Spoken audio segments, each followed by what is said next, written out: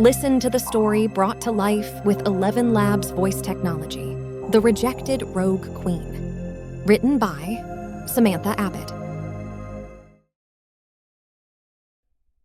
Chapter 10. Vex. With a deep breath, I sigh, leaning back on my throne. The alpha meeting had resumed, and so had the arguing, and it was getting on my nerves. What's worse is that their matters had nothing to do with us, the rogues, or my land, yet they seemed determined to get their way no matter what. As I observe some of the alphas continue to bicker and disagree, I think back to the plan Beth and I had discussed to send Eric as a spy. Even though she thinks he's trustworthy enough for such a task, there's still an underlying doubt in my mind whether or not it was a risk worth taking. After all, if something goes wrong, we could potentially be facing war if he gets caught or if Aiden finds out. It's a risk.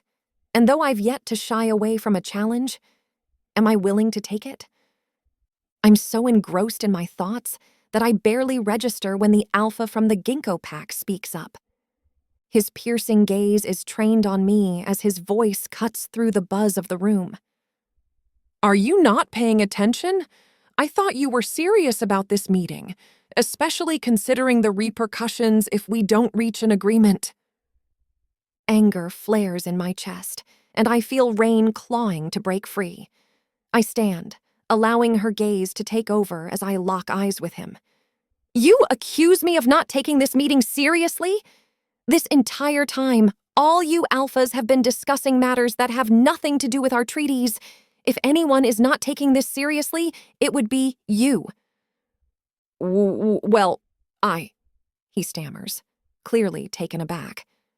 The other alphas start murmuring amongst themselves as some are on his side, while others see where I'm coming from. Enough! My voice booms through the room, silencing all conversation. All eyes turn to me. I have heard enough of all this arguing and bickering.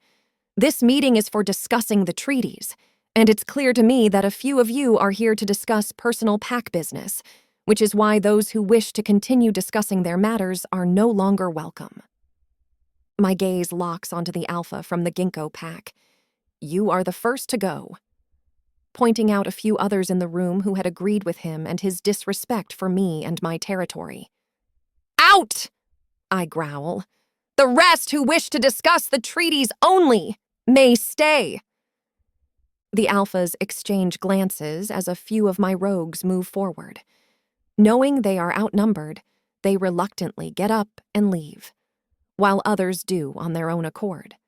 Once they are gone, I take my seat and turn my attention back to the remaining alphas. Now that we have cleared that mess up, let's resume discussing terms. The tension in the room is still high, but seems to dissipate as each alpha nods. As the meeting continues, I try to push other thoughts aside, knowing that I need to focus on the meeting at hand. Eventually, after several hours, it comes to a close, and I make my way back to my office, feeling more in control as I enter its familiar confines. Some of the treaties had been resolved, but not all, allowing me the time I needed to put everything into motion. I'm about to mind-link Beth to get Eric when the door swings open. Aiden's standing in the doorway, his eyes locked on me. His scent slams into me, making my wolf stir. I fight the sudden swirl of emotions and keep my distance, trying not to let him see the effect he is having on me. What do you want? I ask. He takes a step forward, shutting the door. I wanted to have a word with you privately. About? I ask, trying to push away the butterflies in my stomach. Aiden moves closer, his gaze never wavering from mine. For a moment, he doesn't say anything, and I can feel the heat radiating from him, reaching out to me even though I'm trying to remain cool and distant. Finally, he speaks, his voice vibrating my core. I want to apologize for my actions yesterday. I should have been more understanding of your feelings. My wolf stirs again, urging me closer, but I push her back as I look into Aiden's eyes. His words seem sincere, Yet I'm still suspicious that there is something he's not saying and something he's wanting from me. But I won't be playing his game. Apology accepted, I say, wanting to get him out of my office as quickly as possible. Now I have stuff to do. But he isn't about to let it go. Come on, Vex. I know you won't just accept my apology so easily. Not after all we've been through. Oh? Like you kicking me out of the pack? I say, trying to remain composed while deep down I'm feeling emotions rearing in response to his proximity. Yes, but that doesn't mean I don't care about you. Don't you feel it? I know you feel something. Care about me? I growl, my temper rising. I don't need you to care about me. And feel what? I feel nothing except contempt and disrespect for you. After all these years, why should I feel anything but? I take a step back as I try to regain control of my emotions. Even as I said it, memories stir of our past together and the bond we once shared. It had been strong and unbreakable until it wasn't. Aiden steps closer, his hand reaching out to touch my cheek, but I smack it away. His eyes flash with hurt and anger. You know damn well you feel something, Vex. I shake my head, trying to rid myself of the emotions and memories that threaten to overwhelm me. No, Aiden. Whatever we had is long gone. And even if it wasn't, I wouldn't let myself be vulnerable to you again. You're lying. He says, his eyes darken. I can see him struggling to keep his wolf in check.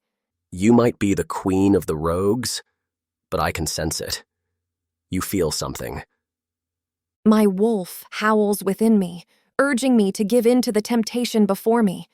But I refuse to let her take control. I take a deep breath, trying to steady myself. I don't want you, Aiden. He takes another step towards me, his eyes blazing. You feel it. I feel it. I try to keep my resolve, but the scent of him wafts over me like a drug, and I feel my body betraying me. My heart races, and my skin flushes under his gaze as he steps even closer. Just admit it.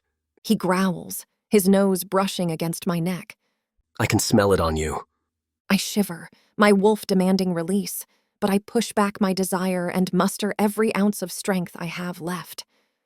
I don't know what kind of game you're trying to play, but I'm not falling for it. Get out!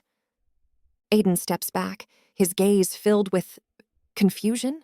Frustration? Turning on his heel, he storms out.